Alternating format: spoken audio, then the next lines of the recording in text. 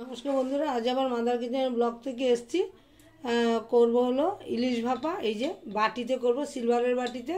আমি শুধু নুন হলুদ আর একটু কালো জিরা তেল দিয়ে মাখিয়ে রেখেছি।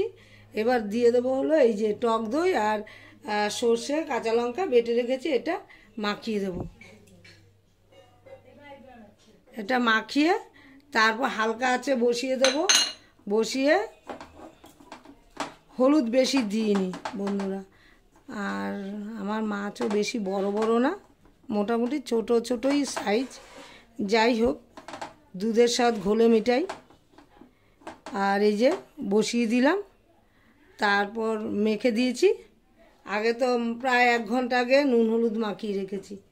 তারপর এই যে একটু জল দিয়ে দিই, হালকা আছে ভাপিয়ে দেবো, পরে আপনাদের দেখাবো। আবার মশলা একটা নষ্ট করতে চাই না, সব মশলা কাচিয়ে টাচিয়ে দিয়ে দিয়েছি। এবার উপরে দিয়ে দেবো 2টো কাঁচা লঙ্কা দিয়ে দেবো। এই যে 2টো কাঁচা লঙ্কা দিয়ে দেবো, দিয়ে এবার এটা দিয়ে ঢেকে নোড়া দিয়ে চেপে রাখবো। এই যে আবার পরে দেখাচ্ছি।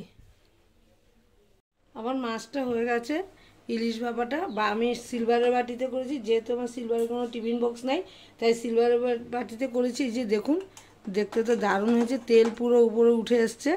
আমার মাছটা হয়ে গেছে, ইলিশ মাছ ভাপা সর্ষে, আর আমি টক দই দিয়েছি। দেখুন কেমন হয়েছে দেখতে। ভালো লাগলে আমার মতো একবার করে খেতে পারেন। ভালো লাগলে লাইক শেয়ার কমেন্ট করবেন, সাবস্ক্রাইব করতে একদমই ভুলবেন না।